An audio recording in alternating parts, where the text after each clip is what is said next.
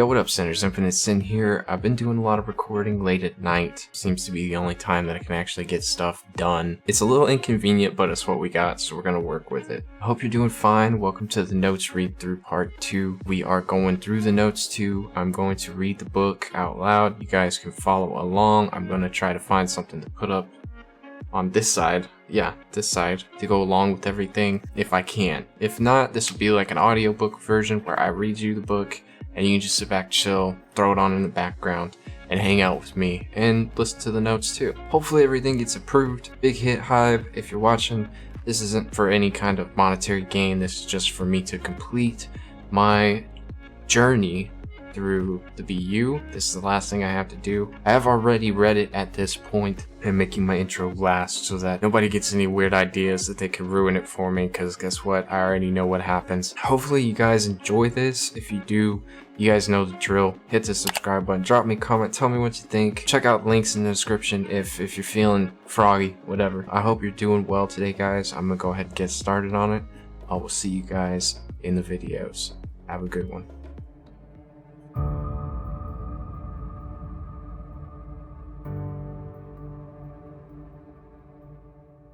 Alright, first part, Prologue, The Endless Journey.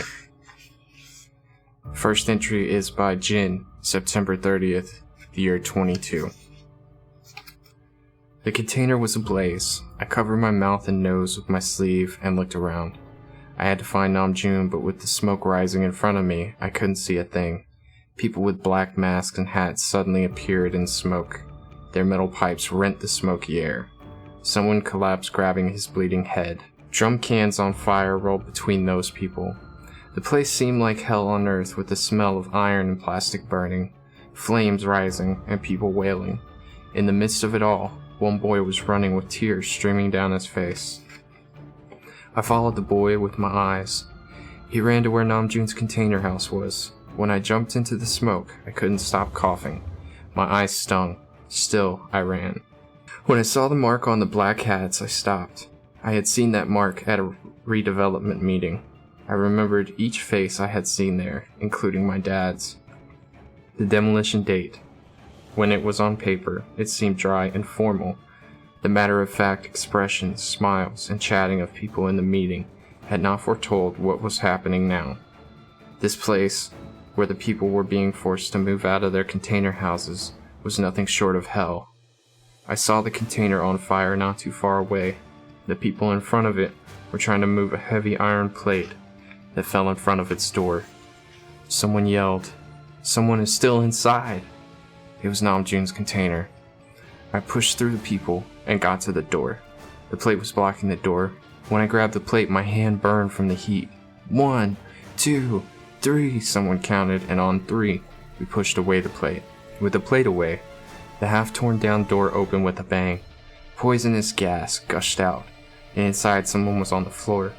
I pushed away the hands that held me back and ran inside. When I dragged Namjoon out, someone said, "He looks dead. He must be really dead." "Kim Namjoon, wake up!" I shook his shoulders and brought my ear close to his chest. I screamed at him and slapped his cheek, but he didn't open his eyes. "Kim Namjoon!" I punched the ground and screamed his name. At that very moment, everything became faint. The fire, heat, screams, and explosions. My body felt as heavy as lead, and I heard a window being shattered at a faraway distance. We know what the window means.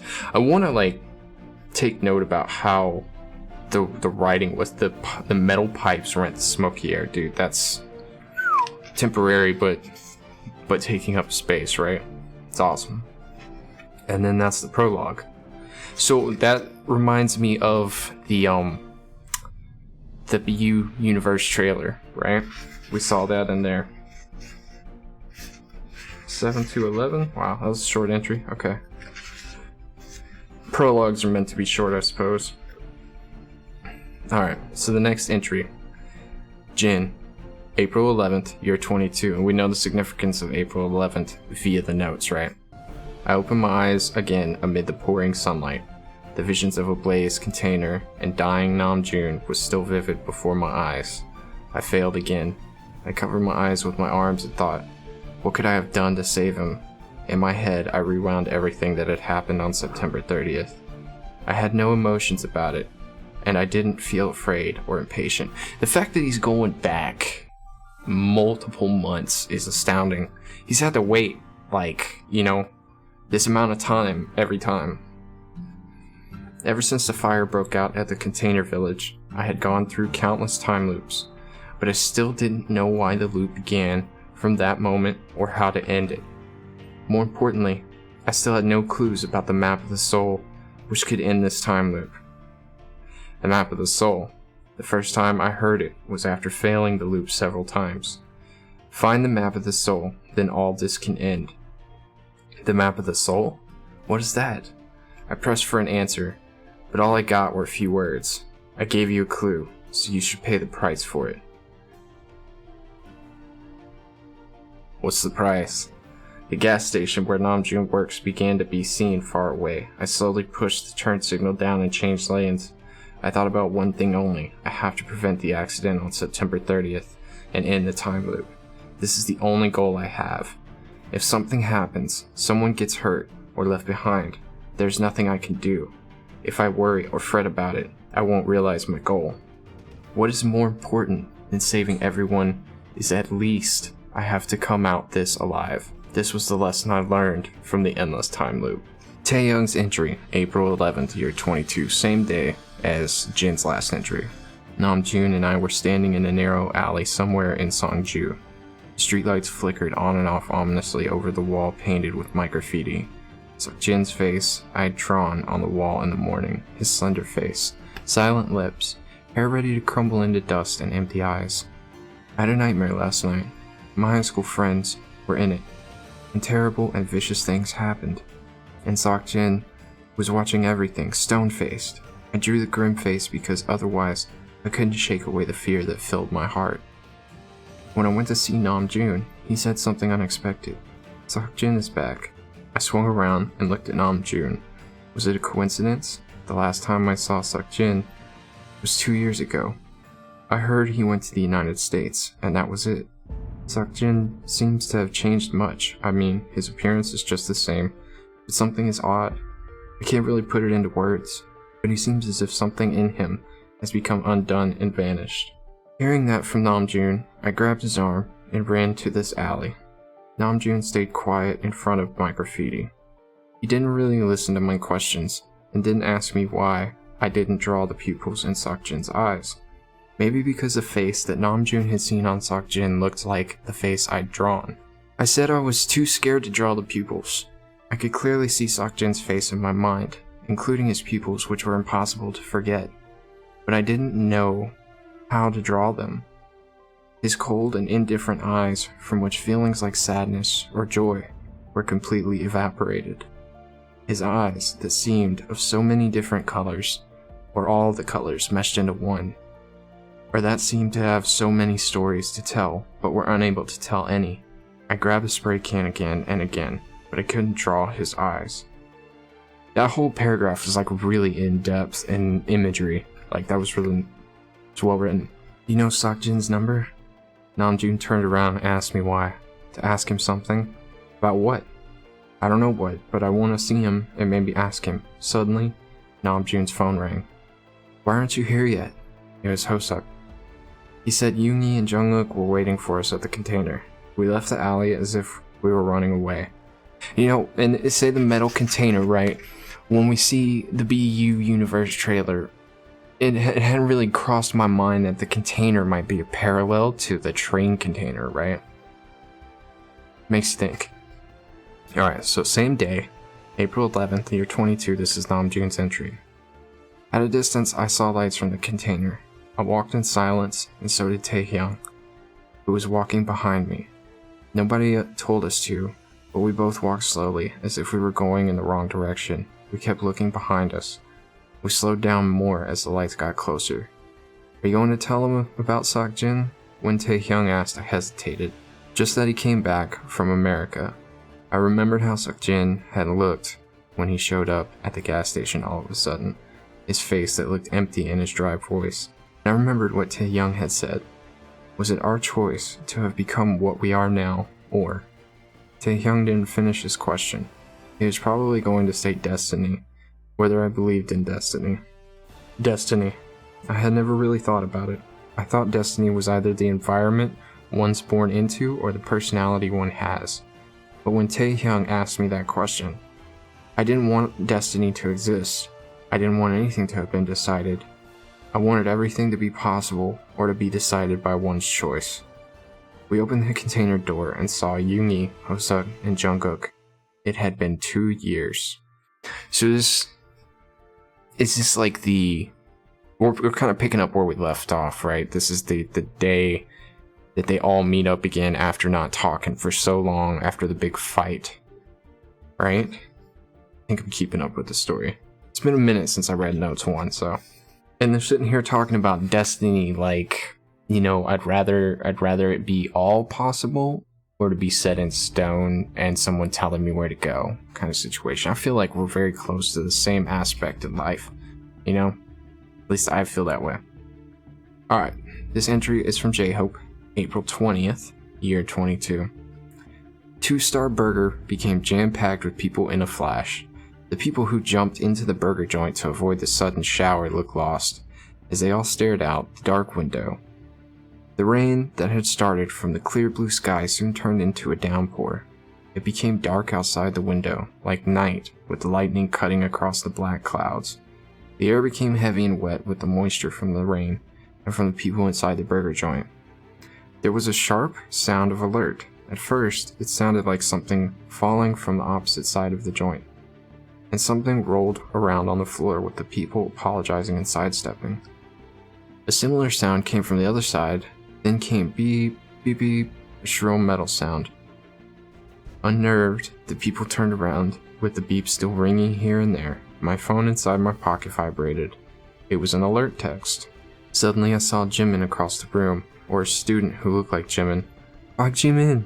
I yelled his name, but he must not have heard me because he simply disappeared behind a pillar. I jumped over the counter and followed after him. 1 week ago, I had met up with high school friends. Seeing them again was unexpected. As the time we had gone our separate ways, I was happy to see them. But that wasn't all. Someone asked, "Have you been in contact with Jimin?" The last time I had seen Jimin was when he had a fit and got carried away to the hospital. The boy turned around. He was a young student in school uniform. I looked out the window and saw my own reflection. I was standing in the pouring rain. I was in the crowd of people, but I was alone at the same time. Everyone looked scared with the dark and heavy air hanging over us. Ooh, and that's a parallel to like the highlight reel when Jimin was standing in the rain, kinda, you know? It's almost like a multiple universes kind of situation. Okay. Next entry is The Next Day by Taehyung. Jin did not pick up again. Ever since I heard he came back, I had called him every day. I looked down at my phone. Kim Sok-jin. His name looked oddly unfamiliar. What should I do? I gave it a thought and just started walking. My nightmare kept coming back after that day, and I woke up soaking wet. I felt I could ease my anxiety if I could talk to him. It had become dark by the time I passed the Jungang Park and got to the place across the Songju Cultural Center, a ritzy area where I usually had no reason to be in. I stopped in front of Sok-jin's front gate. I was there, but I had no plan whatsoever. Cars with headlights on whizzed by me. I headed to the alley next to the gate. It was a bit uphill, where I could look down on the garden of Sok-jin's house. The garden looked lush with green grass and leafy trees. I don't know how long I stood there. I saw the light being turned on in a room on the second floor of the house, and someone walking behind the white curtain. It was Sok-jin. I took out my phone. I waited to be connected, but Sok-jin stayed motionless, looking at the wall across the window. I heard the automatic voice message, and Sok-jin walked away and disappeared from my sight. As he stepped aside, I could see the wall that had been hidden from him. I was too far away to see it clearly, but there was a map on the wall, a map of Songju with my neighborhood, Jungang-dong and Yongsan-dong. The map had several post-its on it and some areas highlighted with a marker. I craned my neck to see it better, and when I realized what I was looking at, I was able to see it better. The school. Yonggil Hospital on the right-hand side, and Mokryon Apartments where I lived. And Seokjin came back to the map and marked a place on it. I thought about where he had marked. The right-hand side of Songju Police Station, the area planned for demolition. Why was he marking that place? I thought about calling him again but decided not to. I didn't know what he was up to, but whatever it was, I was certain he didn't want to tell me about it. So that's interesting, so now everybody's getting suspicious of Jin and like his motivations. Next entry. Junguk, April 25th, year 22, so a few days later. Right. I looked up when someone put his arm around my shoulder. Do you go up to the high places these days? Taehyung asked. Startled, I looked around. I was always alone after school, and as always, I was walking with my head down. What do you mean? He pointed to the construction site and said, don't go to the place like that there. Especially at night, got it? I stayed quiet and walked in the middle of the street crowded with students. Taehyung threw sidelong glances and said, this place sure has changed a lot, but that's still here. I glanced at him. High places. Why had he asked me that? Had he heard it from someone? I hadn't told anyone, but I had been going up high places. I rode down by the Yangji stream as fast as I could on a bicycle. Or sometimes I started a fight with thugs on the street for no reason and got beat up. There were dangerous moments. I could have fallen down, or worse, fallen into the stream. But I couldn't stop doing it. When I met the guys again, they all seemed changed. The only one still in school uniform was me. They must have thought of me as a kid still. So when I was around them, I just listened, which I was fine with and was irritated by at the same time. I felt out of place and happy too. Where are you headed? Taehyung asked. Yoongi's workroom. Hearing my answer, he looked at me as if it was unexpected.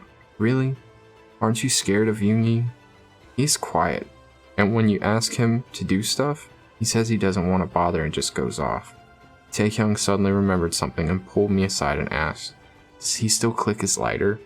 And it's kind of like we're going full circle here. Like there's a connection with the webtoon and like some previous videos, because I think we only heard one mention of the lighter being lit in the actual notes last time.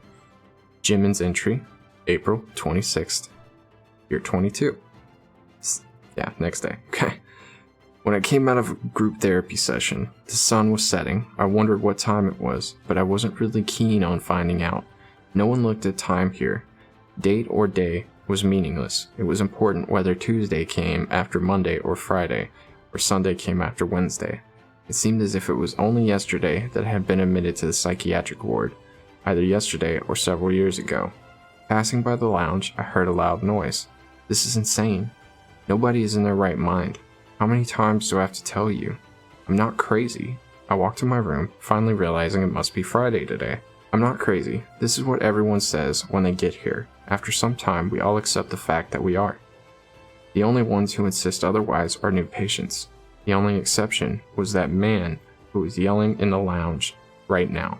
The tall man with the blank expression, who looked crazier than the rest of us. He mumbled constantly that he wasn't crazy, and that he had come here of his own volition. It was a stupid thing to do. I could say he wasn't crazy, but that would not change anything. We were all trapped here. Friday was the day when he had a session in the outpatient ward. On that day, he screamed louder, as if feeling more unhinged, and ended up making everyone nettled or pissed off or doubtful, doubting their sanity and wondering how crazy they were and why they had become crazy.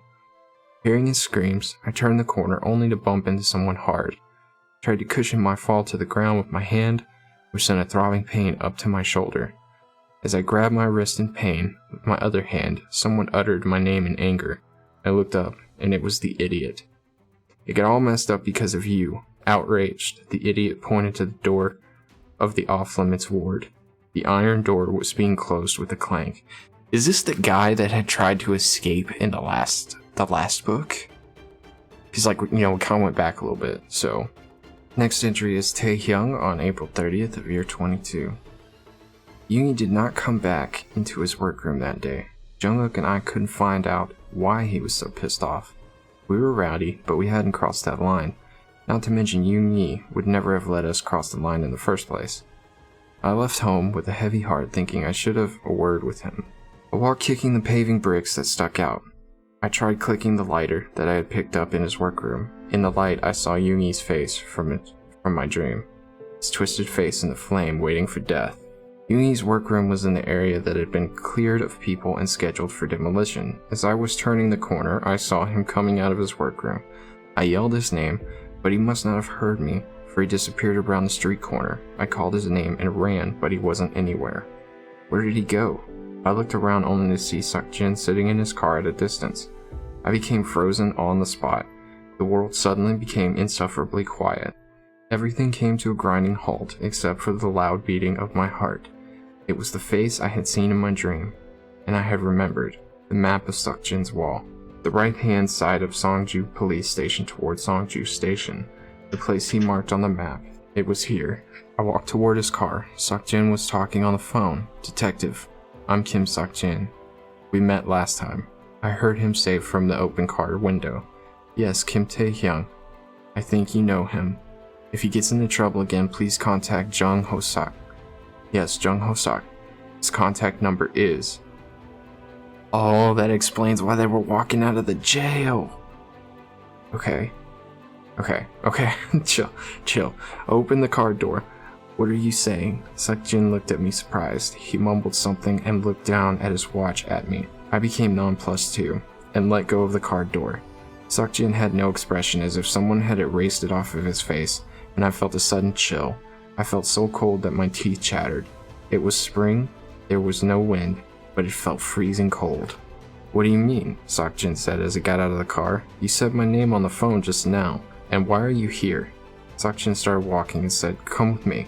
I followed him into the alley, an alley with no sunlight coming in. Suk-Jin stared at me, cloaked with the shadow of the building. I said, "Give it to me straight. I saw you marking this place on your map. Why are you here?" He grimaced. He looked behind me and looked down at his watch again. "Do you see the same stuff as I do in your dreams? Jungkook falling and Namjoon?" Suk-Jin ran his hands down his face as if tired. "Kim Tae-hyung, you don't know anything." It was then that I heard the sound of scampering feet behind me. Suk-Jin looked in that direction and ran out of the alley, glowering. I think everybody started to suss him. "Where are you going?" As I yelled, I saw the smoke rising up. In that instant, I was reminded of what I had seen in my dream. Yoon-Yi dying surrounded by smoke and flame, and the scene outside the window of Yoon-Yi's place. The place was here. Smoke became thicker. I looked around and started running. Yoon-Yi might be in there. And when I came out of the alley, I saw Jungkook running to the place. Jungkook must also be here looking for Yoon-Yi. "John, Jungkook!" I fell down while calling out for him and sprained my ankle. Oof! My elbows hit hard on the ground. When I tried to stand up, the ankle gave out. I couldn't run. The smoke became thicker and I saw the blaze rising up through the window. I clenched my teeth and walked on, dragging the sore ankle. But someone pulled my arm and pushed me into a car. It was Suk-Jin. "What are you doing? Yoon-Yi's in there." I tried to push him away, but Suk-Jin wouldn't budge. "Wait, the ambulance will be here soon." "Jungkook!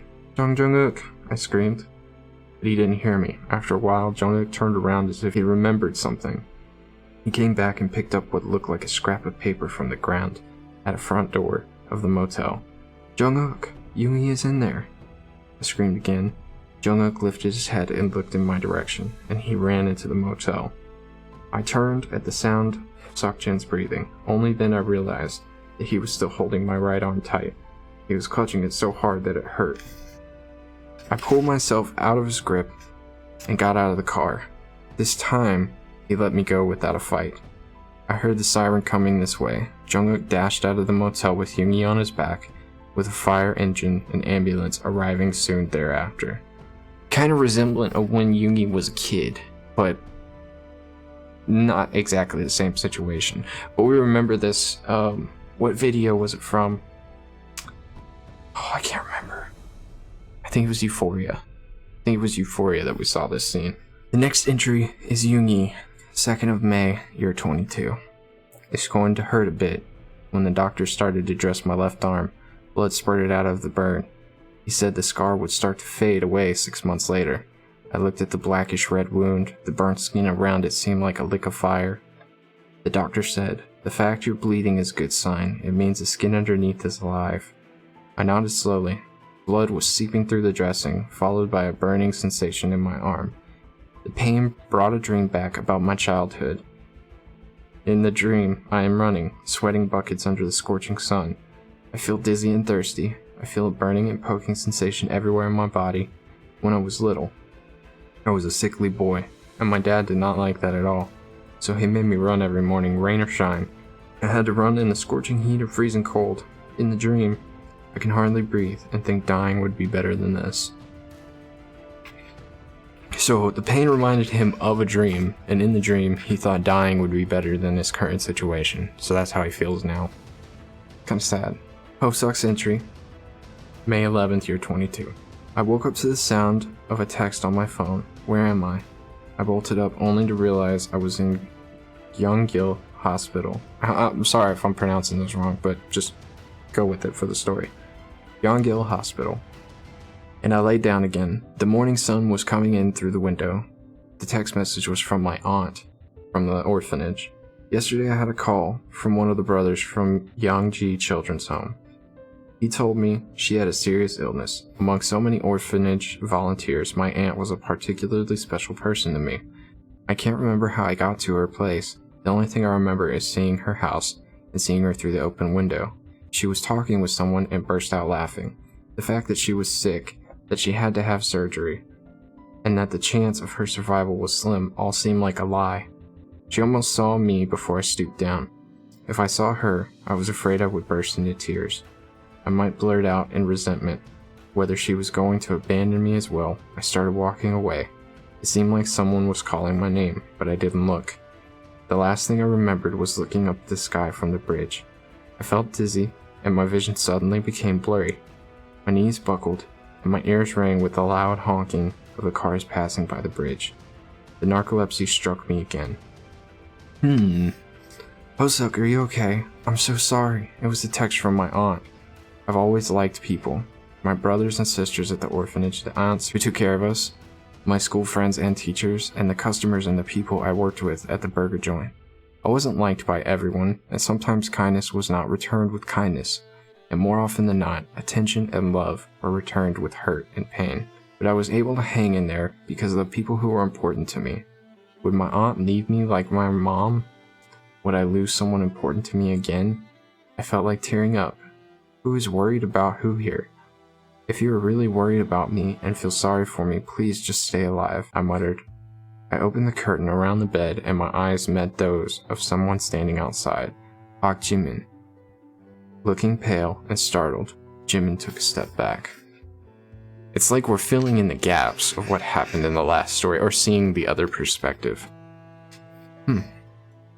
Okay. This is Seokjin's entry, 12th of May, year 22.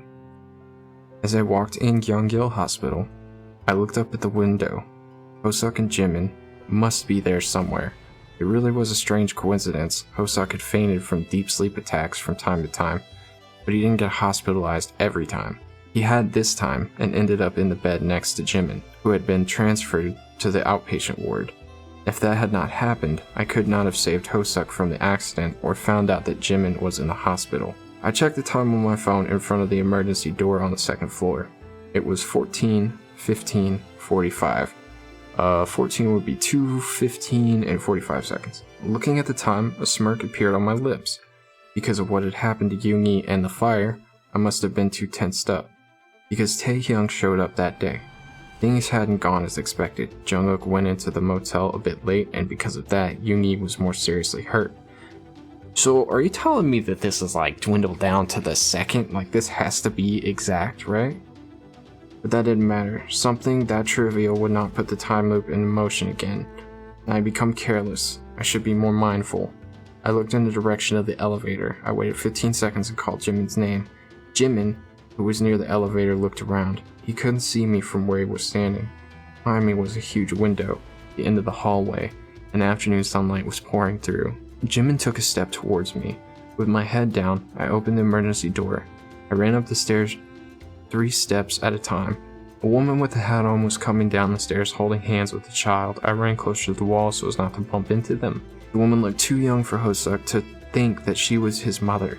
Before Hosuk could see me, I opened the emergency door on the 3rd floor and went into the hallway. It's like he just missed him, dude. Okay. I left the emergency door open to see what would happen. I heard Hosuk running down from the 4th floor and through the emergency door on the 3rd floor, followed by Jimin opening the emergency door on the 2nd floor.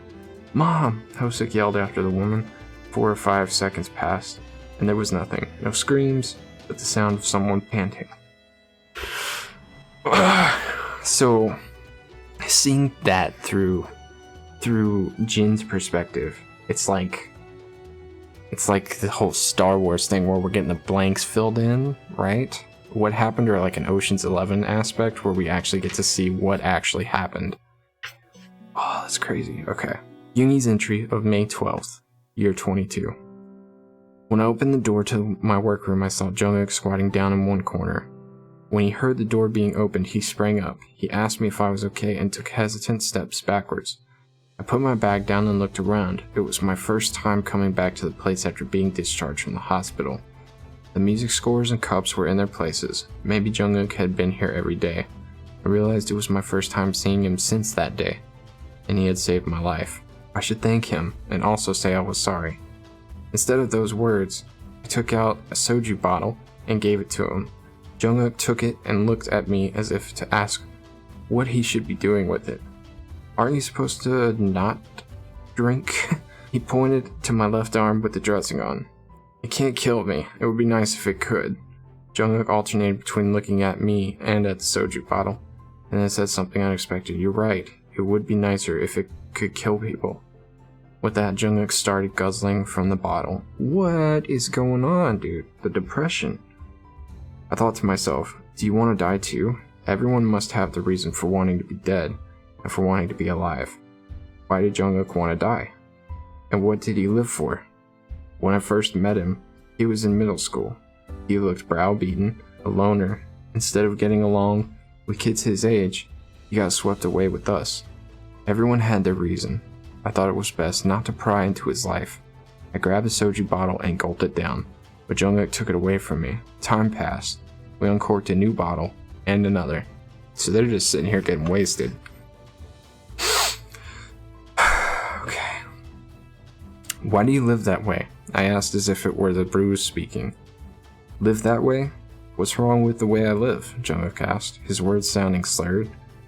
He slouched and looked limp in the face. Never mind. Drink. After taking another sip from the bottle, Jungkook asked, do you know that I'm still underage? I'm a high schooler. Who encourages a high schooler to drink? With that, he lay flat down on the floor. You think I follow you around because I like you? I'm not worried at all about you. What is there to worry about you? I'm the one who should be worried. But do you know why I came to see you? He mumbled on about things which were all incomprehensible. So he's drunk and he's spilling his guts out, right? It's because I like your music. When I listen to you playing the piano, I get all teared up. I get all teary. I feel like dying about a dozen times a day, but when I listen to your music, I want to live. That's why I said. What I'm saying is your music is like what's in my heart. Jungkook kept talking, but he started to pipe down and finally fell asleep. I sat against the wall and took a sip from the soju bottle and looked up at the piano. Namjoon's entry on the 14th of May, year 22. I came back from work and laid down on the cot. I looked up at the moon through the window. I felt tired but couldn't go to sleep. I covered my eyes with my arm and tried to fall asleep. Thump, thump. I heard something rolling on the ground.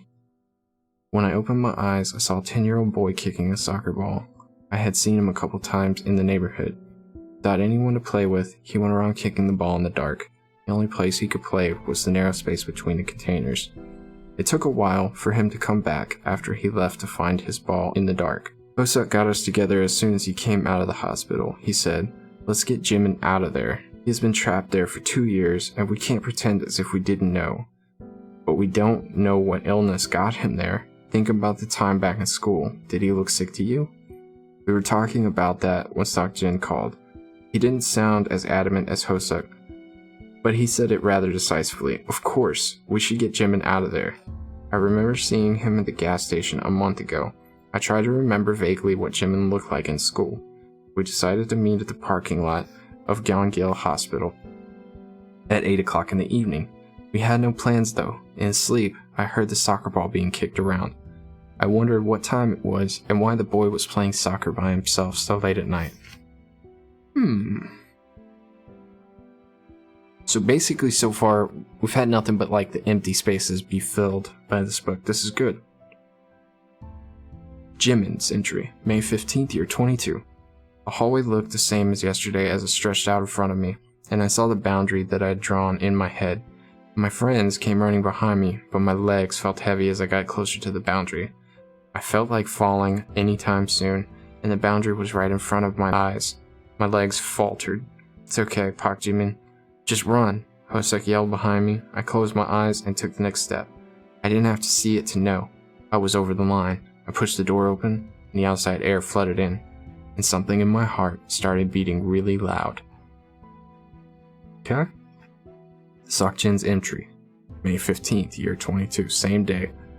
As soon as I walked in the container, I gasped. I grimaced and grabbed my neck. What was going into my lungs didn't feel like air. It was poisonous gas that was sucking into my lungs. I couldn't breathe, and my body felt as if it was shriveling up. Out of the blue, something flashed in my head and disappeared, like a shard or a flash of light. Something flared and disappeared before I could grasp or make sense of it, and it was followed by a massive headache. Enduring the migraine, I kept my mind's eye fixed on a small shred of memory. We were inside Namjoon's dirty container, laughing about something and having fun. I was also there. Seeing that, I felt oddly sad. My heart ached with feelings of desperation and helplessness. When I tried to remember why, the headache became so much worse, as if my temples were being poked with something sharp, or something was about to explode in my head. I couldn't stand it, so I came out of the container. I thought someone called my name, but I had no strength to look back. I left as fast as I could. The more distant I was from the container, the better I felt. When I finally looked back, I was pretty far away. I had had headaches before, but nothing like that. I didn't think it was from stress or tension. It made no sense. But maybe the container was the trigger. Something inside it was attacking me. Interesting. Alright, next entry is J-Hope's entry, 20th of May, year 22.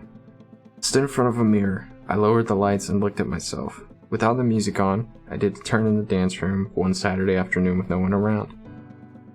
The room was flooded with noise from inside and outside the building. I repeated the turn with my eyes fixed on myself in the mirror. I didn't want to think about anything. I concentrated on my fingertips, the degrees of my feet and knees, and the speed of the turn. I felt hot and sweaty, and my tensed up muscles soon became relaxed. My ankle gave out and I was thrown off as I was coming down from a high jump. The hand that pushed against the floor to erase the fall felt numb. My t-shirt was soaked, and I felt a chill in the room from the floor, climbing up my back. The sound of my panting was all I could hear. I liked looking at myself dancing.